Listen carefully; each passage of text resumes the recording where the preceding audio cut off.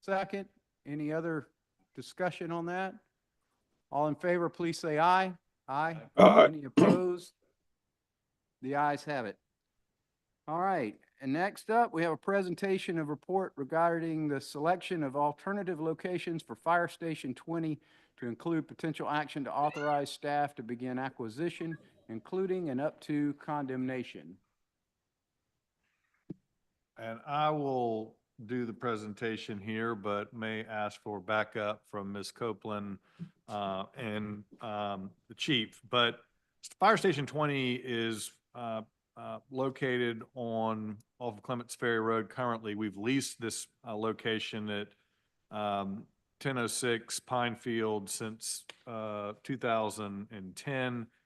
It is, to say it's less than ideal would probably be an understatement. It is the fire station that the firemen get hazed and sent to.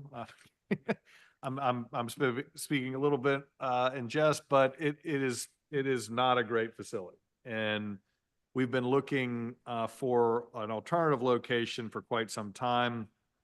In fact, back in 2018, we began negotiations on the purchase of about 1.35 acres. It was part of a larger development off of Enterprise Drive, somewhat close to where our current fire station is located. Without getting into all the details, the larger development has been stalled. It is due to financing, due to stormwater issues. Quite frankly, the more we've gotten into it, 1.35 acres is really not big enough for what we really want to be able to do there.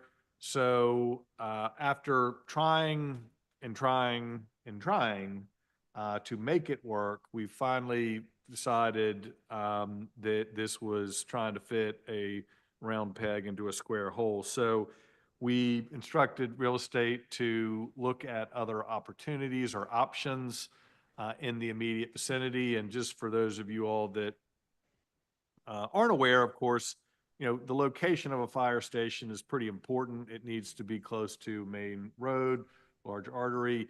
It needs to have, you know, approximate 2.5-mile radius from another station. So it kind of zeroes in on where your geographic areas are.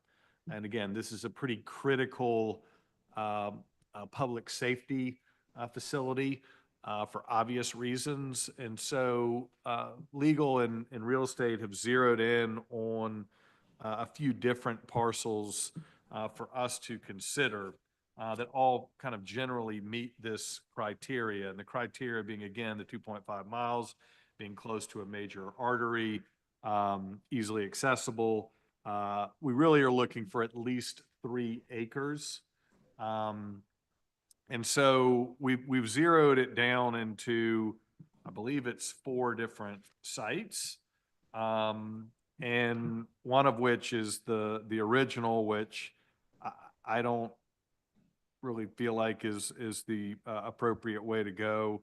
And this is where I want the Joy, if you can chime in. I'm looking at this list. Bottom line is the preferred property, and correct me if I'm wrong, Julia, here, Chief, you chime in, but is the last one on this list of properties, it's right off of Clements Ferry Road. There'll be a light there at the intersection. It's currently used for kind of a truck laydown area. It's literally kind of like across the road from where we were originally looking at trying to make it work, but this would be a condemnation.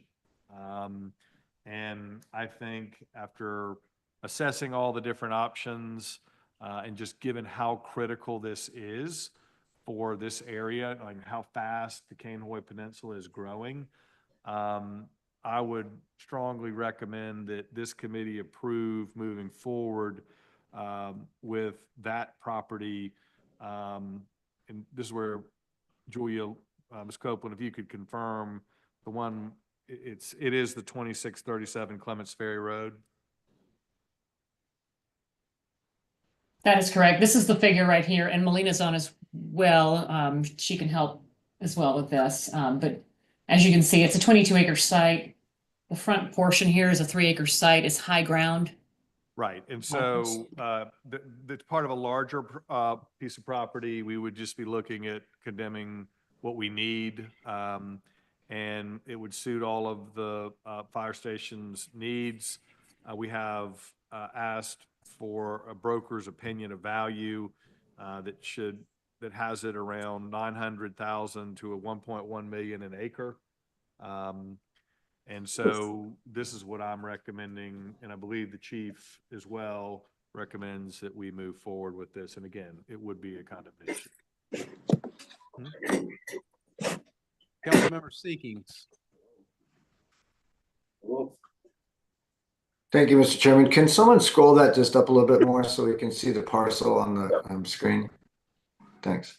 This So, Mayor, particular, yeah, that's the one, right? That's the property. correct. So this is Councilmember Gregg's district, but I run backup up there, and I've been and walked this site. I have a couple questions. Do we know, Mayor, the timing on when they're going to be putting a light up? I guess it's at Beresford Run. Is that where they decided to put it? Yes. Sorry, go ahead, Mayor. No, you go ahead. I mean, you can talk about that light. That is the plan. Yes, sir. And there's some once this- thought about putting a second light to the south closer to 526, right? But the first one would be Beresford Run. Correct. There's been some competition amongst the politicians about where the light should go, either here at Bayberry Parcel or here at Beresford Run. So either way, we could have a cross-access easement here, so we could use either one wherever the light goes. Well, that was gonna be my question. With the cross-access easement, if we build a thoroughfare there, do we need to add curb cuts on the Beresford Run side for this to be functional for a fire station? Likely, yes. Okay. So, I mean, we're gonna have to talk to DOT, I guess, about that, right? Or do we control that 100%? We control that one 100%. Oh, okay. All right. And Does the current owner / operator of the business on there know this is coming, or is this the first they've heard of it now that we put it up there here in a public meeting? I believe this will be the first time they're hearing it. There have been offers to purchase, but they've been rejected. Not And recently. do we know for sure that it's just those 3 acres, or do we need more?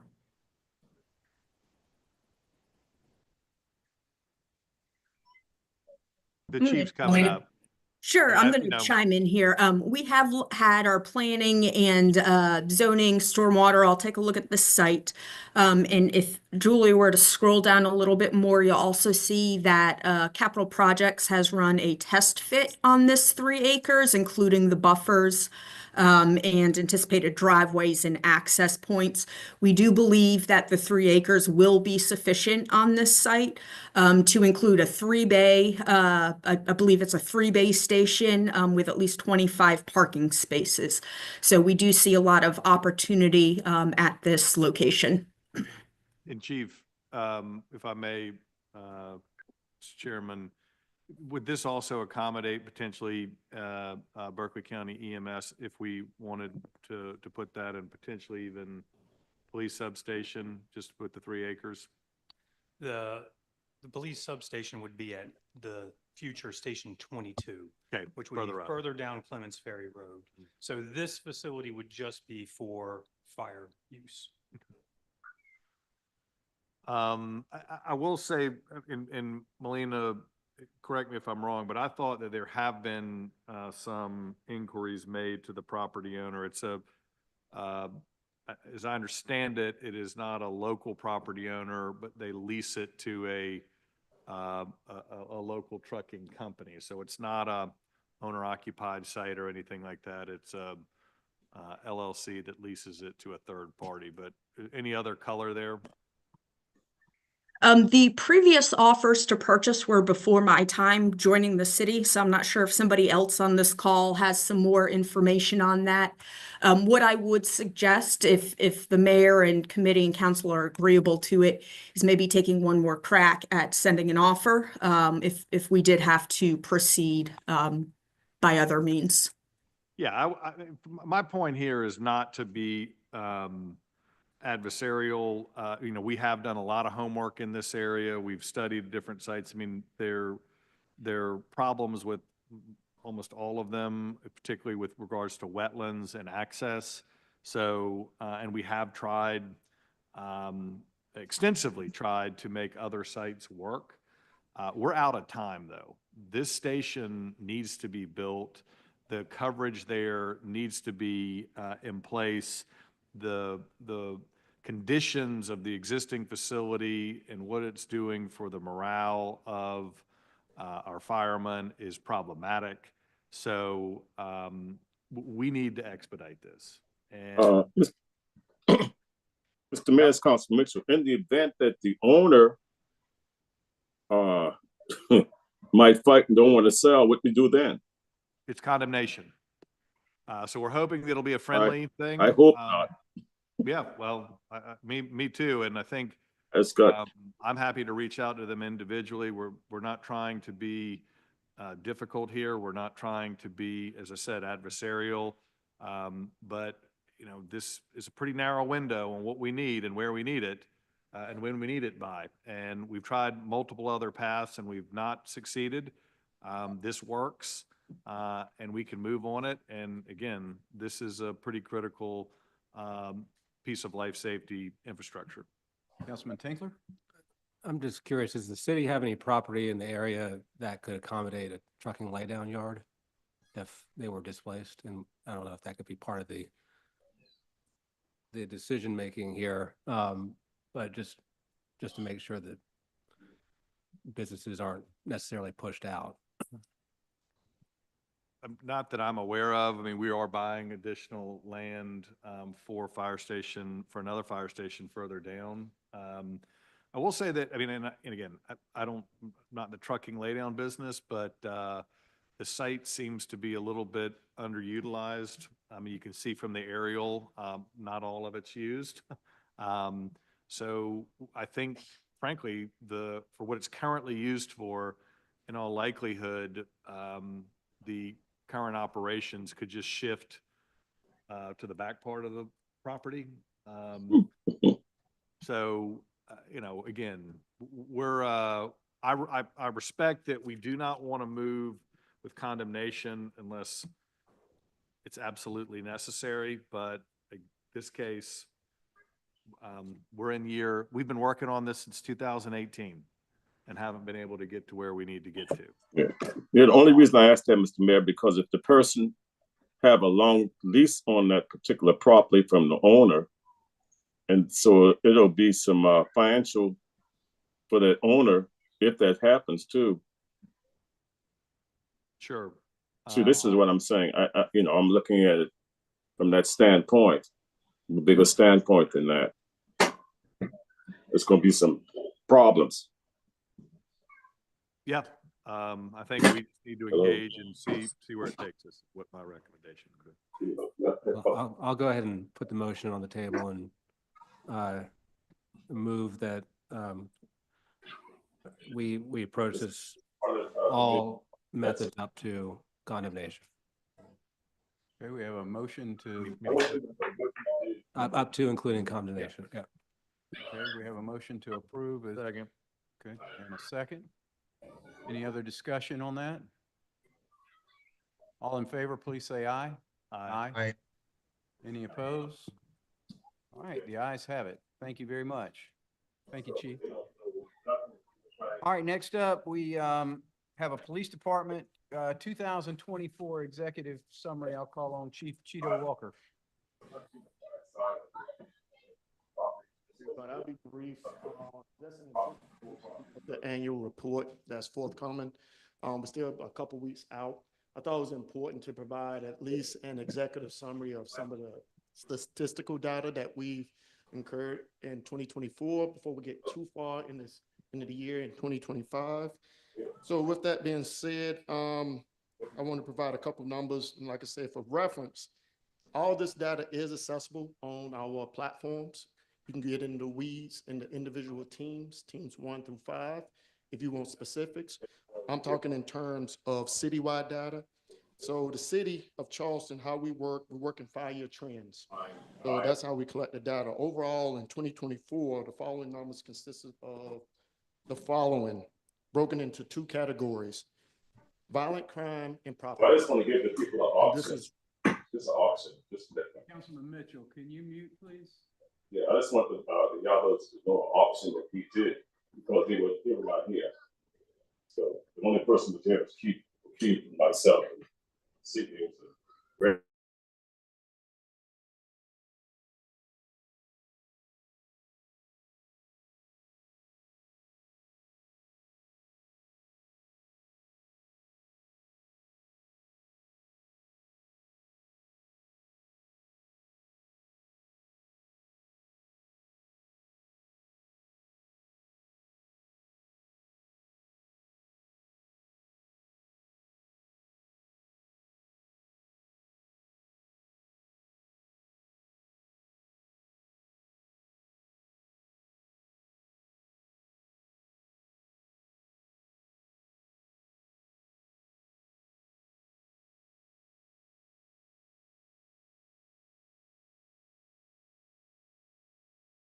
sexual assaults. All this still falls under violent crime. We experienced 36, which represented a negative 28.8% decrease for that period. Chief, if I may, just Yeah. for clarity though, Yeah. not to be a grammar person, but you're making sure when you say a negative decrease, that's not a positive. Yeah, I'm sorry. A decrease. Decrease. A decrease in overall crime to include the following numbers. Moving over to property crimes. Burglaries for the year was 2,221 total, a decrease in 21.5% for the city. Vehicle thefts, where we experienced 340, represented a decrease in 27.9%. 2 categories for the city where we did see increases. One was aggravated assaults. Aggravated assaults can include anything from pointing a firearm, shootings, stabbings, pepper spray. All that is lumped in one. We can get into weeds and break it down into individual categories, but we saw a slight increase in that where we averaged 314 per year over that 5-year period. We saw a total of 328, which represented an increase of 4.3%. We also saw an increase in the number of motor vehicle thefts from motor vehicle break-ins last year, slightly, a 0.7% increase. Where we normally average 780, we experienced 785 for the year. Firearms stolen from vehicles continue to be a major issue for us in the city. We saw an 8.2% increase in that time period.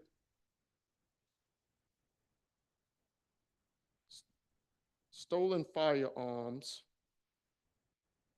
158 were taken from unsecured vehicles, which accounted for a 2.4% increase. So most of the firearms were removed from unlocked vehicles, put it in layman's terms. Overdose for the year. We had 132 overdose incidents, which represented a decrease of -32. Suicides saw a decrease in 25% for that time period. And one of the big initiatives that we tackled last year was impaired driving. That was a city initiative where in 2024, we had 452 DUI arrests In 2025, we saw that increase significantly up to 592 arrests for DUI. And like I said, this is just a preliminary, it's kind of executive summary, it's a snapshot. This will be codified into our annual report, like I say, which is a couple weeks out. In the interim, anybody that wants to go and pull any numbers for their particular districts, you can go on our platforms. You can pull up the weeklies for OpStat reports. You can go into the neighborhoods and find out what's happening in your neighborhoods. You can pull all the in-the-week details for these numbers on a regular basis. And I think it's very important for to share that because remain transparent in with some of the things that we're doing. So just a quick snippet of what we experienced. I didn't want to get too far into the year without, going over the numbers from last year. So. Thank you, Chief. Councilmember Tinkler? I got a couple questions. DUIs, the increase in DUI arrests, it was the result of enforcement, not more people driving. No, that's being very proactive in our approach. We had some very unfortunate incidents that happened across the city. That was one of our primary platforms as we took over this administration, me coming into office and really beefing up our traffic unit, doing more proactive enforcement, checkpoints, and really just beating the bushes and making sure people understand there will be consequences if you decide to drink and drive in the city of Charleston. That also includes partnering with our neighboring agencies, Charleston County and Highway Patrol, to make sure that message is a regional approach and not just isolated here. So it's very intentional. And the other increase in thefts from motor vehicles there may not be a way to measure, but I know in my district I've been talking to a lot of neighborhoods about reporting, even if they think it's just something that's not very valuable, just keep data. And I don't know, would more reporting lead to the increase, or do you think there's more actual a rise in actual thefts? No, I don't think we've ever had a problem with reporting. We don't. For the most part, people let us know. The biggest thing with the break-ins into the motor vehicles is the guns. Okay. Usually that fuels all the break-ins. If one neighborhood get hit and they get one or two guns, that word spreads. And especially if they're coming out of unlocked vehicles, we're dealing with a lot of juveniles. Most of the incidents that we're dealing with between 12 and 19 years old, most of them. We just made a major arrest this weekend, stolen vehicles in Bridgeview over the weekend, but it's juveniles. And a lot of it's been driven by juveniles. That's what the data is showing. But just making sure that our message is concise and clear, especially to our neighborhoods and neighborhood presidents, that we really have to lock our vehicles and take all your valuables out. One gun taken, they will come back to your neighborhood.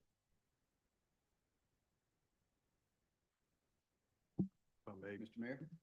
Well, I know it's just a snapshot and we'll get the full report, but at least from my perspective, and I think members of this committee would probably agree, I'd just like to say job well done to you and your team and the whole department. These are impressive numbers, so you should be proud. Your team should be proud, and I think Charleston residents should be proud of what we're hearing right now. So thank you. Thank you, sir. Yeah, and I'll second those words. Thank you very much for all the work. Great report. Any other questions? No, I can second that. I can second that also, because anytime I call, they're there. And anytime I call the chief, he's very accessible all the time. So I know they're doing a great job out there, but we just have to go and support them as much as we possibly can. We have to do it too, and because they're doing the best they can out there. It's a lot going on, so I agree with everything that's going with what you're saying, because I'm out there a lot,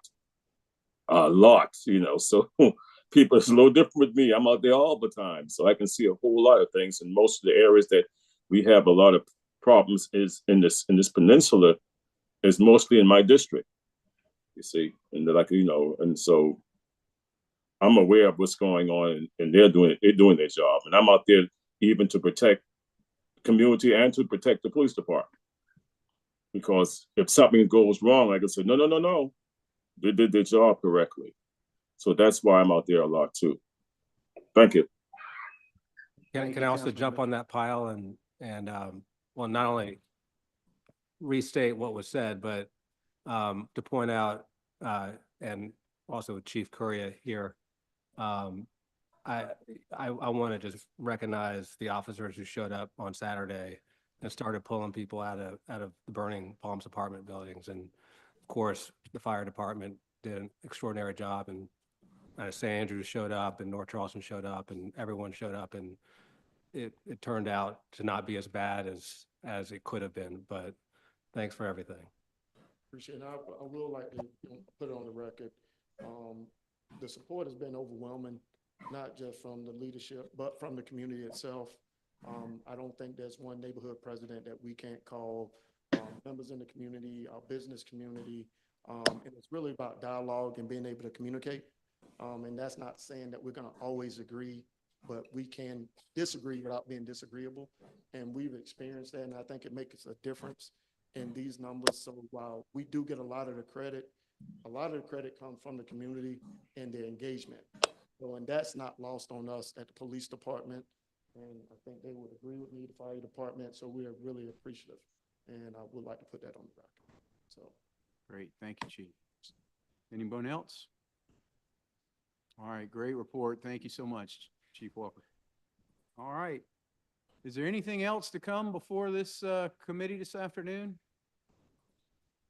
If not, thank you very much for your time. And those of you that came down here to City Hall, thank you very much for coming down and seeing us in person, and those that joined online as well. If there's nothing else, we stand adjourned. Thank you.